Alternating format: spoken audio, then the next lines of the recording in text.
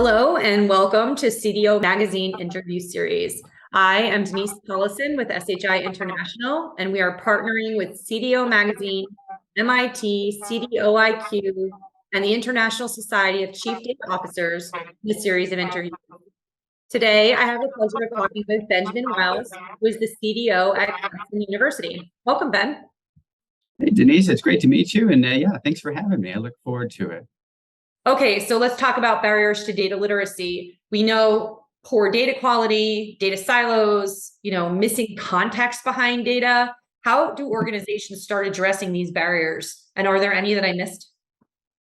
I think those are fine. I would say that really the biggest barrier is a simple lack of experience in applying data in ways that matter.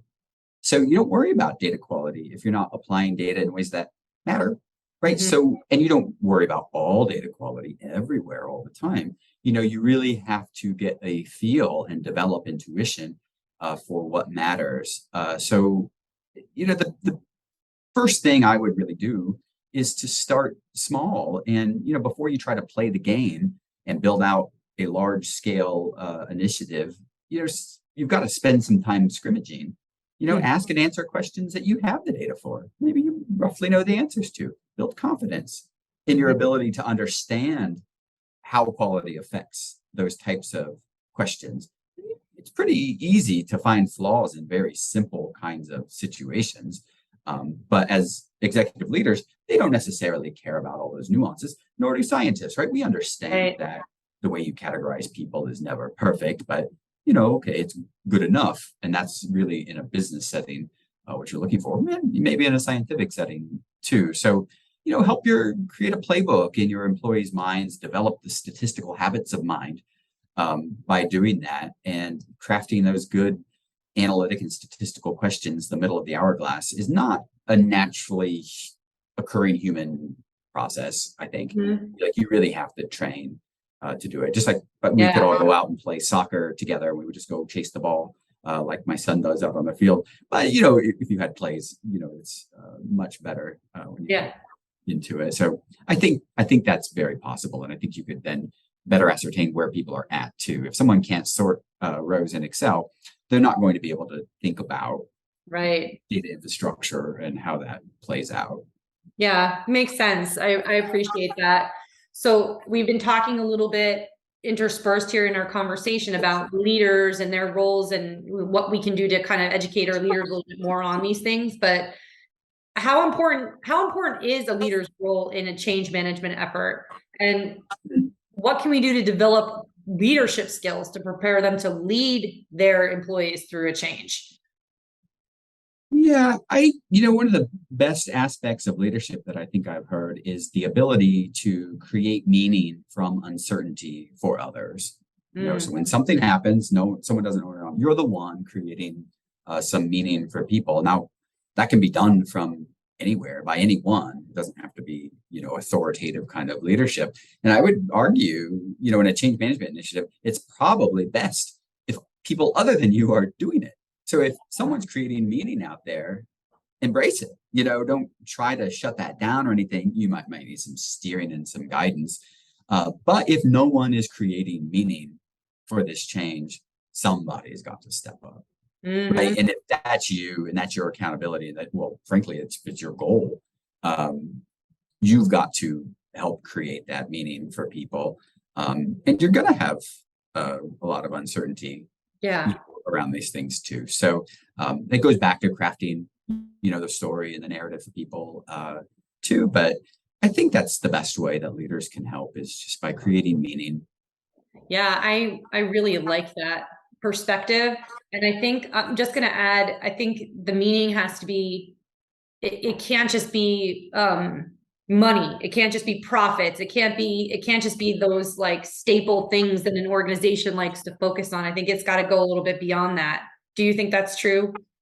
I totally agree. So in higher ed, you can only get so far with thinking about affordability even and access. So that's one of the ways that we think about controlling costs is that we do want to be affordable and accessible to everyone, certainly at a public land grant.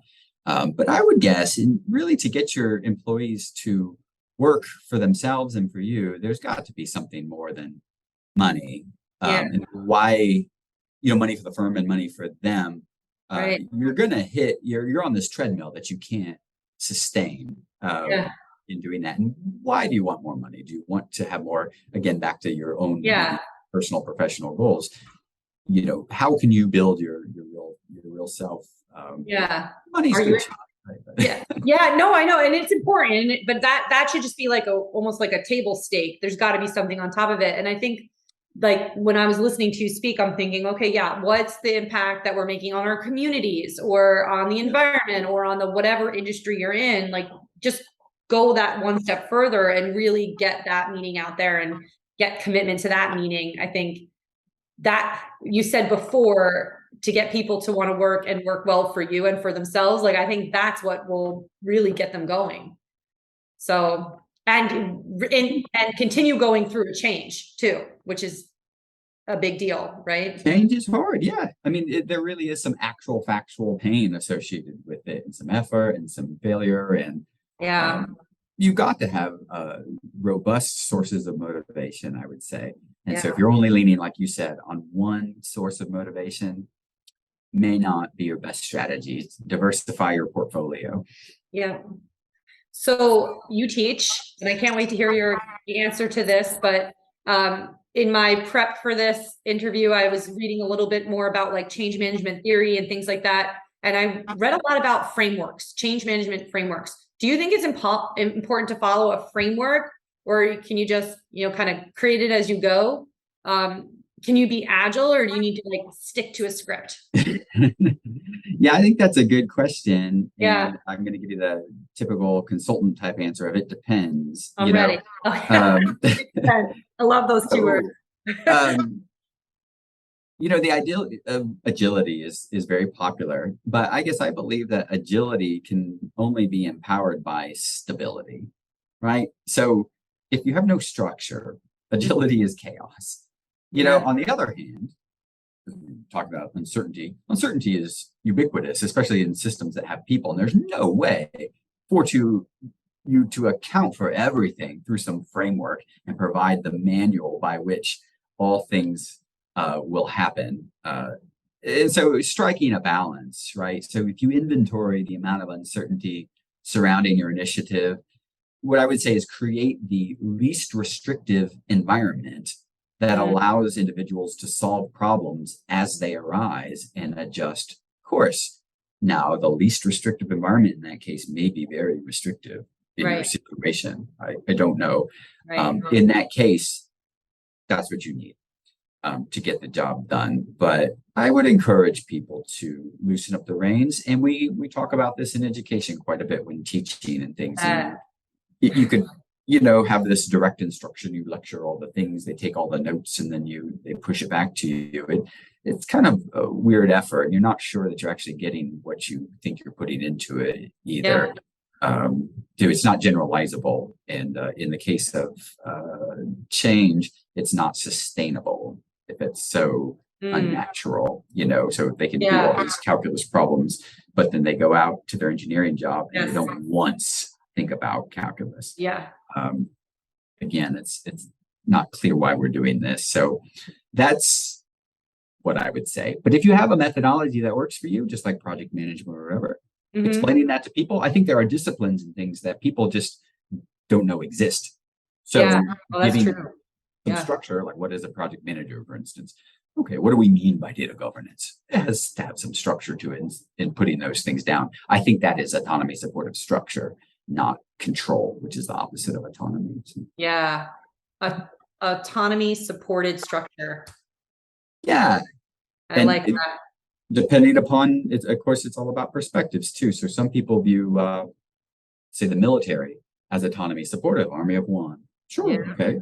Other people, not so much. Telling you what to wear, when to get up, and so on. The structure, in one case, aligned with your values and your goals and so on, and you feel it, you can make the choices, and it provides that least restrictive environment that you want. Other people would, consider that controlling. So, it's that's neat. That's a neat idea. I'm gonna have to contemplate that a little bit. So I'm gonna wrap this up, and ask you, why do you think this conversation is so critical to organizations today? What happens if organizations don't think about change management or even think about a data literacy program? Like, what's the future for organizations that just don't think about these things?